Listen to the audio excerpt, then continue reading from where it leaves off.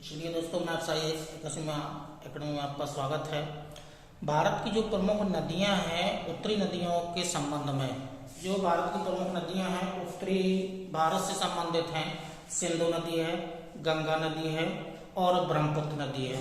तो भारत की नदियों के संबंध में आज जो पहला वीडियो डाला जा रहा है, तो उत्तरी भारत की नदियों में जो मुख्य नदी है वो ब्रह्मपुत्र नाम की एक नदी है। ब्रह्मपुत्र नाम की नदी है। एशिया में या भारत में जो भी नदियां हैं, चाहे उत्तरी भारत की नदियां हों चाहे दक्षिणी भारत की नदियां हों, भारत की नदियों के जो नाम है वो लगभग सभी नदियों के नाम स्त्रीलिंग में है। केवल ब्रह्मपुत्र नदी ऐसी है कि इसका जो नाम है वो ब्रह्मपुत्र यानी कि ब्रह्मा के पुत्र के नाम पर इसका नाम रखा गया है। तो भारत की यह एकमात्र नदी है जो यानी कि पुल्लिंग रूप में इसका नाम रखा गया है। तो ब्रह्मपुत्र नदी के बारे में थोड़ी सी जानकारी आपको दे रहे हैं। तो जो ब्रह्मपुत्र नदी है उसकी जो कुल लंबाई है, जो उसकी कुल लंबाई है वो 2900 किलोमीटर है। 2900 किलोमीटर में से चीन में 1625 किलोमीटर की लंबाई में बहती है, भारत में 916 किलोमीटर की लंबाई में बहती है, बांग्लादेश में 360 किलोमीटर की लंबाई में बहती है। यानी कि ये भारत की यानी कि पूरे एशिया महाद्वीप की सबसे लंबी नदी है। एशिया महाद्वीप की सबसे लंबी नदी है। तो पहले तो जो ब्रह्मपुत्र नदी है इसके नाम के बारे में जान लेते हैं कि कहाँ कहाँ पर इसका नाम क्या है। तो देखिएगा, जो तिब्बत का जो पठारी क्षेत्र है, इस पठारी क्षेत्र में ये जो क्षेत्र है ये कैलाश पर्वत है, यानी कि कैलाश पर्वत है। ये कैलाश पर्वतीय क्षेत्र है। और नीचे वाला जो क्षेत्र है वो हिमालय पर्वतीय क्षेत्र है। नीचे हिमालय पर्वतीय क्षेत्र है, हिमालय पर्वत है।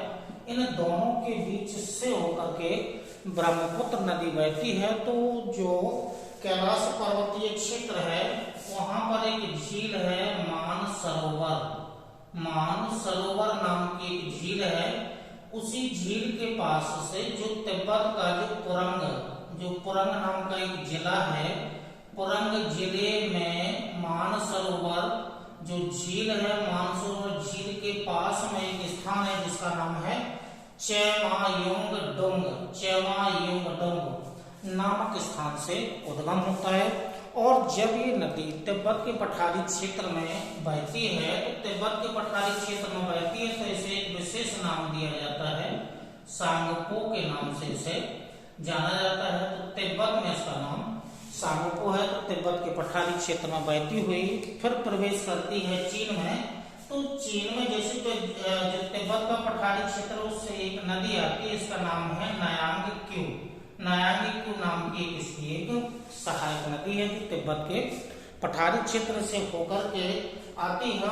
अब ये जो नदी है ये चीन में प्रवेश करती है तो इसका नाम जियांग करके इसका नाम है, जियांग, या इसी को सियांग नाम से भी इसे जाना जाता है। तो ये जो नाम दिया गया है ये चीन में है, जियांग या सियांग नाम की नदी है। तो सियांग नाम इसे चीन में दिया गया है। अब ये नदी तिब्बत के पठारी क्षेत्र से बहती हुई तिब्बत में सांगपो के नाम से, चीन में जियांग या सियांग के नाम से बहती हुई अब ये हिमालय पर्वतीय क्षेत्र को पार करती है। तो हिमालय पर्वतीय क्षेत्र का जो पूर्वी भाग है, ये जो पूर्वी भाग है ये हिमालय पर्वतीय क्षेत्र का नामचा बरवा नाम का क्षेत्र है। नामचा बरवा नाम का एक क्षेत्र है। यहाँ से यह प्रवेश करती है, यहाँ बहती है, चाइना में बहती है। अब चीन में बहती हुई ये प्रवेश करती है भारत में नामचा बरवा, जो हिमालय पर्वतीय क्षेत्र का जो पूर्वी भाग है यहाँ से प्रवेश करती है, भारत में प्रवेश करती है। तो भारत में जहाँ प्रवेश करती है वो नामचा बरवा नामक हिमालय पर्वतीय क्षेत्र को काट करके ये भारत में प्रवेश करती है। और भारत के अरुणाचल प्रदेश में यह बहती है, अरुणाचल प्रदेश में बहती है। जब नामचा बरवा के पास से समीप होकर के अरुणाचल प्रदेश में प्रवेश करती है तो यहाँ पर एक दर्रा है जिसका नाम है यांगयाप। एक दर्रा है, ये यांगयाप, ये नामचा बरवा नाम का क्षेत्र है। यांगयाप नाम का एक दर्रा है। यहाँ से भारत में प्रवेश करती है, भारत के अरुणाचल प्रदेश राज्य में प्रवेश करती है। जैसे भारत में प्रवेश करती है तो इसका नाम यहाँ पर हो जाता है देहांग। इसे अरुणाचल प्रदेश में देहांग के नाम से इसे जाना जाता है। तो अरुणाचल प्रदेश में से ब्रह्मपुत्र नदी को देहांग के नाम से जाना जाता है। अब यह नदी अरुणाचल प्रदेश में बहती हुई और प्रवेश करती है असम राज्य में। तो ये पूरा जो क्षेत्र है ये असम राज्य हो जाएगा, ये असम वाला क्षेत्र हो जाएगा। और जैसे असम में प्रवेश करती है तो इसका नाम हो जाता है ब्रह्मपुत्र के नाम से इसे जाना जाता है। ये ब्रह्मपुत्र के नाम से असम में बहती हुई, और जो असम का जो क्षेत्र है यहाँ पर हिमालय पर्वतीय क्षेत्र है, नीचे तिब्बत का पठारी क्षेत्र है, यहाँ लघु हिमालय का जो पूर्वी पहाड़ी क्षेत्र है यहाँ पर इसका विस्तार है। अब ये नदी असम में ब्रह्मपुत्र के नाम से बहती हुई धुबरी के नीचे यह नदी प्रवेश करती है बांग्लादेश में। बांग्लादेश में यह नदी प्रवेश करती है। तो बांग्लादेश में इसे एक विशेष नाम दिया जाता है। बांग्लादेश में इसे जमुना के नाम से इसे जाना जाता है। बांग्लादेश में इसे जमुना, ये बांग्लादेश में जमुना के नाम से बहती है। अब ये डेल्टा बनाती हुई यहाँ जो क्षेत्र है ये बंगाल की खाड़ी है, यानी कि बंगाल की खाड़ी में डेल्टा बनाती हुई ये गिर जाती है। गिरने से पूर्व इस नदी में, क्योंकि यहाँ से ऐसे करके ऐसे इस क्षेत्र में जो गंगा नदी है, गंगा नदी, ये गंगा नदी दो भागों में बट जाती है। जो पश्चिम बंगाल वाला क्षेत्र है इसमें इसे नाम दिया जाता है हुगली, और जो पूर्व की वो जो शाखा बहती है जो ब्रह्मपुत्र नदी में मिल जाती है इसे नाम दिया जाता है पद्मा। तो जैसे ही जमुना और पद्मा इसमें आकर के मिलती हैं तो इस नदी का नाम बन जाता है मेघना, और मेघना के नाम से ही विश्व का ब्रह्मपुत्र नदी और गंगा नदी दोनों मिलकर के विश्व का सबसे बड़ा नदी डेल्टा बनाते हैं। तो ये जमुना के बाद जब उसमें पद्मा मिल जाती है तो उसका नाम हो जाता है मेघना के नाम से इसे जाना जाता है। तो जो ब्रह्मपुत्र नदी है, जो मानसरोवर झील के समीप जो मानसरोवर झील है वो परंग जिला है, वहां से एक स्थान है जिसका चेमालुंग डुंग नाम का स्थान है। यहाँ से इसका उद्गम होता है तिब्बत में सांगपो के नाम से, चीन में जियांग या सियांग के नाम से, फिर यह प्रवेश करती है अरुणाचल प्रदेश में, इनकी भारत में, तब इसे नाम दिया जाता है देहांग के नाम से जाना जाता है। फिर जब ये प्रवेश करती है असम वाले क्षेत्र में प्रवेश करती है तो असम में इसे विशेष नाम दिया जाता है ब्रह्मपुत्र, और ब्रह्मपुत्र के नाम से ही यह नदी जानी जाती है। असम के बाद यह नदी धुबरी के नीचे प्रवेश करती है बांग्लादेश में, तो बांग्लादेश में इसका नाम हो जाता है जमुना के नाम से। फिर जब इसमें गंगा की एक शाखा पद्मा, जिसे बांग्लादेश में पद्मा कहा जाता है, वह ब्रह्मपुत्र में या जमुना में मिल जाती है तो इसका नाम हो जाता है मेघना, और मेघना के नाम से ही बंगाल की खाड़ी में गिर जाती है। और गंगा और ब्रह्मपुत्र नदियां विश्व का सबसे बड़ा डेल्टा बनाती हैं। तो ये तो हो गया है नाम के बारे में, हो गया है कि जो कहाँ पर इसे किस किस नाम से जाना जाता है। अब इसकी मुख्य जो विशेषताएं हैं उसको देख लीजिएगा। तो देखिएगा कुछ सहायक नदियां हमने डायग्राम में दर्शा दी हैं, बाकी के जो अन्य कुछ हैं उनके नाम और उनकी विशेषताएं क्या क्या हैं। तो अब यहाँ से आइएगा, तो जब नदी तिब्बत के पठारी क्षेत्र में बहती है तो तिब्बत में उत्तर से आकर के एक नदी मिलती है नयांग क्यू नाम की नदी मिलती है, और जब यह नदी चीन में बहती है तो चीन में इसे जियांग या सियांग के नाम से जाना जाता है। और चीन के द्वारा ब्रह्मपुत्र नदी पर कुछ बांध बनाए गए हैं। तो यहाँ पर इस क्षेत्र में चीन के द्वारा, क्योंकि नदी चीन क्षेत्र में बहती है तो यहाँ पर कुछ बांध बनाए गए हैं। तो बांधों के नाम देखिएगा, जो चीन द्वारा जो ब्रह्मपुत्र नदी पर या जो चीन में उसे नाम दिया जाता है जियांग या सियांग नाम से इसे जाना जाता है। यहाँ इस क्षेत्र में चीन के द्वारा यानी कि बांध बनाए गए हैं क्रम से। बांधों के नाम देखिएगा, तो ये जो पहला बांध है ये डांगू नाम का बांध बनाया गया है, और जो दूसरा बांध है जियाक्सू बांध बनाया गया है।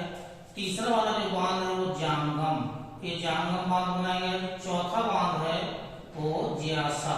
ये 4 बांध चीन के द्वारा, ये चारों बांध हैं जो चीन के द्वारा यानी कि ब्रह्मपुत्र नदी पर बनाए गए हैं। क्रम से 4 बांध बने हैं, डांगो, ज्योक्सो, जांगम और ज्यासा।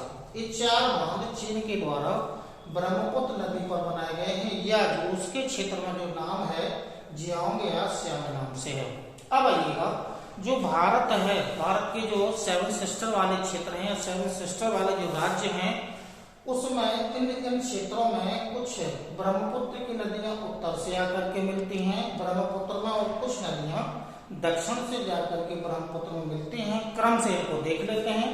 जो अरुणाचल प्रदेश में है, जो अरुणाचल प्रदेश में पहली जो नदी है वो दिबांग नाम की नदी है। ये दिबांग नाम की नदी है जो यहाँ पर जो मिसमी नाम की जो पहाड़ियां हैं, मिसमी नाम की पहाड़ियों से दिबांग नदी का उद्गम होता है। और अरुणाचल प्रदेश में ही पासीघाट एक जो क्षेत्र है, एक शहर का नाम है पासीघाट। ये जो पहला क्षेत्र है वो पासीघाट है। पासीघाट के समीप ब्रह्मपुत्र में मिल जाती है, पासीघाट है, यहाँ से दिबांग नाम की नदी आई है। अब जो दूसरी मुख्य नदी है जो पूर्व से आकर के ब्रह्मपुत्र में मिलती है, ये नदी है लोहित नाम की नदी है। ये लोहित नाम की नदी है। और यह नदी जो डिब्रूगढ़ नामक जो क्षेत्र है, डिब्रूगढ़ के समीप आकर के इसमें मिलती है। डिब्रूगढ़ के पास आकर के लोहित नदी डिब्रूगढ़, ये डिब्रूगढ़ के समीप आकर के ब्रह्मपुत्र में मिलती है। तो जो पहला शहर है जो ब्रह्मपुत्र पर है वो पासीघाट है। दूसरा जो शहर मिलेगा वो डिब्रूगढ़ नाम का शहर है, और उसी के समीप आकर के लोहित नदी मिलती है। और प्रमुख विशेषता ये है कि लोहित नदी पर एक पुल बनाया गया है। उस पुल का नाम यानी कि जो पुल है वो भूपेन हजारिका नामक पुल बनाया गया है। ये भारत का सबसे लंबा नदीय पुल है। 9.15 किलोमीटर की लंबाई में बनाया गया है। तो जो भारत का जो सबसे लंबा नदीय पुल है, ब्रह्मपुत्र की सहायक नदी लोहित नदी पर बनाया गया है। नाम है इसका भूपेन हजारिका नाम का पुल है। पुल की लंबाई 9.15 किलोमीटर है, यानी कि भारत का सबसे लंबा नदीय पुल है। अब उसके बाद जो नदी है वो असम राज्य में बहती है। तो एक शहर मिलेगा जिसका नाम है सदिया। ये सदिया नाम का शहर है। ये सदिया नाम का शहर ब्रह्मपुत्र नदी पर है। तो 3 शहर आपको मिले हैं। एक शहर है पासीघाट, ब्रह्मपुत्र पर है। दूसरा है डिब्रूगढ़, तीसरा है सदिया नाम का शहर है। ये पूर्व से आकर के ब्रह्मपुत्र में मिलने वाली 2 नदियां हैं, दिबांग है और लोहित। अब जो तीसरी नदी है वो बूढ़ी दिहांग नाम की नदी है। उसके बाद नीचे से यानी कि दक्षिण से जाकर के ब्रह्मपुत्र नदी में मिलने वाली नदियां, एक नाम है दिखू नाम की एक नदी है।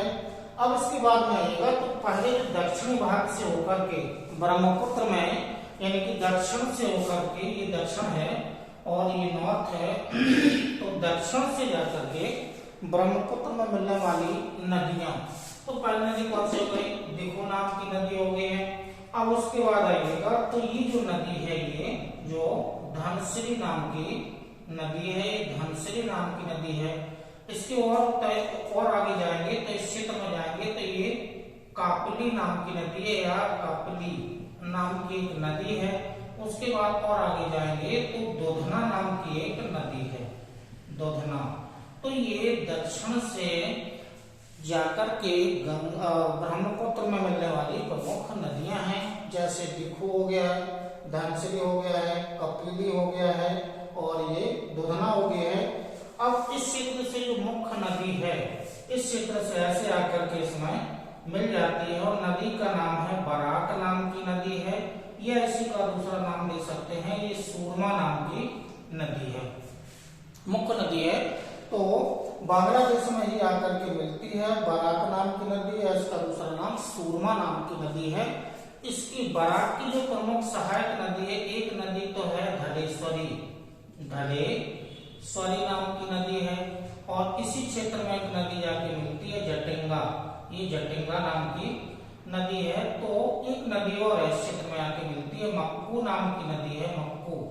तो ये जो तीन प्रमुख नदियां हैं, जो बराक नदी है, सूरमा नदी है, वो सहायक बन गई है जमुना की। अब जो बराक नदी है उसकी मक्कू, धलेश्वरी और जटिंगा, ये इसकी प्रमुख सहायक नदियां हो गई, इस क्षेत्र से आकर के से मिल जाती है। पद्मा और ये जो जमुना जाकर मिलती हैं आगे मेघना के नाम से बंगाल की खाड़ी में गिर जाती हैं। तो अब इस क्षेत्र से आएगा तो दक्षिण से जाकर के मिलने वाली जो नदियां ब्रह्मपुत्र मिलते हैं। अब बात करते हैं जो उत्तर से आकर के जिनकी उत्पत्ति जो होती है, जिनका उद्गम होता है हिमालय पर्वतीय क्षेत्र से होता है। तो जो उत्तर से आने वाली जो नदियां हैं इनका उद्गम हिमालय पर्वतीय क्षेत्र है। क्रमशः वहां से देखते हैं तो ये जो मुख्य नदी है, ये वाली जो नदी है इसका नाम है सुबनसिरी, ये सुबनसिरी नाम की नदी है। इसकी एक प्रमुख सहायक नदी जिसका नाम है कमला।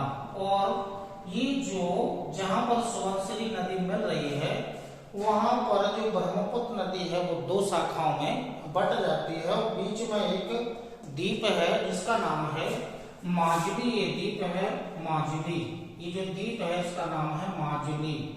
ये माजुली नाम का एक द्वीप है, माजुली द्वीप है जो विश्व का सबसे बड़ा आवासित द्वीप है, यानी कि विश्व का सबसे बड़ा हो जाएगा, सबसे बड़ा द्वीप है ये।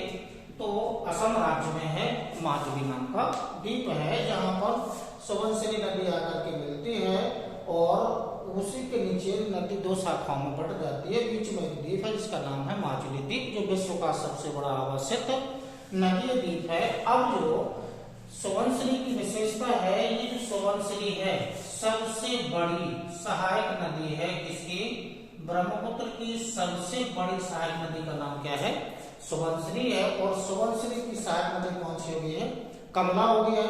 अब नदी असम राज्य में और आगे बढ़ेगी। तो ये छोटी छोटी नदियां हैं जिनसे कंपटीशन में प्रश्न छोटी छोटी नदियों से ही बनते हैं। तो छोटी छोटी नदियों को डायग्राम में पहले से दिखा दिया गया है। तो माजुली द्वीप के आगे जाएंगे, ब्रह्मपुत्र नदी आगे बढ़ेगी। तो एक नदी छोटी सी है रंगा, उसके और आगे जाएंगे तो ये बोरगंगा नाम की एक छोटी सी नदी है, उत्तर से आकर के मिलने वाली नदियां हैं। अब इस क्षेत्र में जाएंगे तो ये जो मुख्य नदी दिख रही है ये कामेंग नाम की नदी है, कामेंग, ये कामेंग नाम की नदी है। इसी का नाम बरेली नाम की नदी भी है, बरेली भी इसी का नाम है। तो कामेंग ये मुख्य नदी होगी है, उत्तर से आकर के मिलती है। और ब्रह्मपुत्र नदी में जब कामेंग मिलती है तो वहां पर एक शहर है जो असम राज्य का शहर है, इसका नाम है तेजपुर। तो तेजपुर के समीप इसमें कामेंग आकर के मिलती है, तेजपुर नाम का एक शहर है। अब नदी असम राज्य में और आगे बढ़ेगी तो एक रेडक नाम की नदी है, और आगे बढ़ेगी तो बोरुक्का नाम की नदी है, और आगे बढ़ेगी तो पगला दिया। इससे प्रश्न चूंकि पहले से यूपीएससी में बन चुका है और अभी जो पैटा एग्जाम हुआ था उसमें कामेंग नाम से प्रश्न बन चुका। तो देखो छोटी छोटी नदियों से प्रश्न बने। यूपीएससी में पगला दिया से प्रश्न बन गया था कि पगला दिया में से किसकी सहायक नदी है। अब पगला दिया उत्तर से आकर के मिलती है, जहां पर जो गुवाहाटी शहर है दक्षिणी तट पर है तो उसके उत्तर से आकर के मिलती है, उसी के नीचे गुवाहाटी शहर है। आगे बढ़ेंगे तो पुठीमारी एक छोटी सी सहायक नदी है, ब्रह्मपुत्र की है। अब आइएगा तो ये जो मुख्य नदी है, इस मुख्य नदी का नाम है मानस। ये जो मुख्य नदी है मानस, और उसकी जो सहायक नदी है ये है मोरा। यानी कि मानस जो राष्ट्रीय उद्यान है, मानस राष्ट्रीय उद्यान इसी नदी के अपवाद क्षेत्र में फैला हुआ है।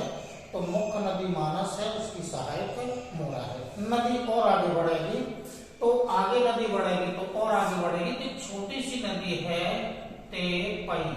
ये तेपई नाम की नदी है या तेपकई, ये तेपकई नाम की छोटी सी नदी है तेपकई। ये छोटी सी नदी है। आगे और बढ़ेंगे तो मुख्य नदी है जो दिख रही है ये वाली, ये संकोश नाम की नदी है। ये संकोश, ये जो नदी है ये संकोश नाम की नदी है। नदी संकोश नाम की नदी जहां ब्रह्मपुत्र नदी में मिलती है उसी के तट पर एक धुबरी नाम का शहर है जो असम राज्य का है। तो धुबरी शहर के जस्ट समीप ऊपर से आकर के संकोश मिलती है। अब नदी थोड़ी और आगे बढ़ती है तो ये नदी दिख रही है ये कालजनी नाम की नदी है। एक ये धारला नाम की नदी है। कालजनी की एक सहायक नदी है, अमो नाम की एक नदी है, वो डायग्राम में लिखाया गया है। तो संकोश नाम की नदी, फिर ये जो दिख रही है ये वाली कालजनी नाम की नदी है। नदी और आगे बढ़ती है तो धारला, ये धारला नाम की नदी है। मतलब ये जो छोटी छोटी नदियां दिख रही हैं ब्रह्मपुत्र नदी में उत्तर से आकर के मिलने वाली नदियां हैं। सभी का उद्गम हिमालय पर्वतीय क्षेत्र से है। अब ये जो मुख्य नदी है, ये जो नदी है इसी से ज्यादा प्रश्न होता है। तीस्ता नाम की नदी है जो सिक्किम का जो क्षेत्र है जेमू नाम का ग्लेशियर है सिक्किम में। जेमू नाम का ग्लेशियर है। जेमू हिमनद के समीप से वहां पर एक झील है जिसका नाम है चोलामू। इस चोलामू झील से उद्गम होता है, तीस्ता नाम की नदी है। और आगे जाकर के ये जमुना में जाकर के मिल जाती है और आगे जाकर के नदी बहती हुई डेल्टा बनाती बंगाल की खाड़ी में गिर जाती है। तो जो भी आपको डायग्राम दिखाया गया है ये ब्रह्मपुत्र के नाम किस देश में, किस राज्य में, किस नाम से जानी जाती है और कौन कौन सी इसकी मुख्य सहायक नदियां हैं, कौन कौन से इस पर शहर अवस्थित हैं, कौन सी सहायक नदियां हैं जो उत्तर से आकर के मिलती हैं और नीचे दक्षिण से जाकर के मिलती हैं। अब मुख्य रूप से देखिएगा जो माजुली नामक जो द्वीप है वो असम राज्य में है, विश्व का सबसे बड़ा आवासित नदी द्वीप है। अब यहाँ पर थोड़े कुछ डाटा लिखे गए हैं। जो लंबाई आपको दिखाई गई कि 2900 किलोमीटर है, यहाँ वर्गीकरण हो गया था। एशिया महाद्वीप की सबसे लंबी नदी है, विश्व का सबसे बड़ा डेल्टा बनाती है तो ब्रह्मपुत्र बनाती है। यहाँ से जाकर के ये नदी ऐसे डेल्टा बनाती है ऐसे। तो ये जो डेल्टा क्षेत्र है ब्रह्मपुत्र और गंगा दोनों नदियां बनाती हैं। तो ब्रह्मपुत्र नदी और गंगा नदी का डेल्टा विश्व का सबसे बड़ा डेल्टा है। इसे असम का शोक कहा जाता है क्योंकि प्रतिवर्ष बरसात के समय में या वर्षा काल में इसमें जल की मात्रा अधिक होने के कारण से असम में प्रतिवर्ष बाढ़ आती है, तो इसे असम का शोक कहा जाता है। इसके बाद जो national NWH national water highway number 2, अब यहाँ से देखिएगा राष्ट्रीय जलमार्ग, भारत का जो राष्ट्रीय जलमार्ग संख्या 2 यानी कि भारत का दूसरा सबसे लंबा नदीय जलमार्ग है वो यहाँ सदिया से शुरू होता है। ये जो क्षेत्र है सदिया, यहाँ से शुरू होता है यहाँ से, और यहाँ से शुरू होकर के ये मार्ग है राष्ट्रीय जलमार्ग संख्या 2 है और कहाँ तक जाता है ये धुबरी तक जाता है। तो जो भारत का जो राष्ट्रीय जलमार्ग नंबर 2 या भारत का दूसरा सबसे बड़ा जो नदीय जलमार्ग है वो सदिया से लेकर के धुबरी तक है, असम राज्य में ही है। तो ये नेशनल वाटर हाईवे नंबर 2, ये जो आपको डायग्राम दिया गया है वो ब्रह्मपुत्र नदी के बारे में आपको डायग्राम दिया गया है। तो डायग्राम में कौन कौन से शहर हैं, चीन के द्वारा कौन से बांध बनाए गए हैं, कौन कौन सी इसकी सहायक नदियां हैं, ये डायग्राम आपको दिया गया है। तो आज जो पहला वीडियो आपको दिया गया था वो ब्रह्मपुत्र नदी के बारे में दिया गया था। इसी क्रम में उत्तर भारत की जो भी नदियां होंगी उसी क्रम में आगे भी आपको वीडियो दिए जाते रहेंगे। तब तक के लिए नमस्कार।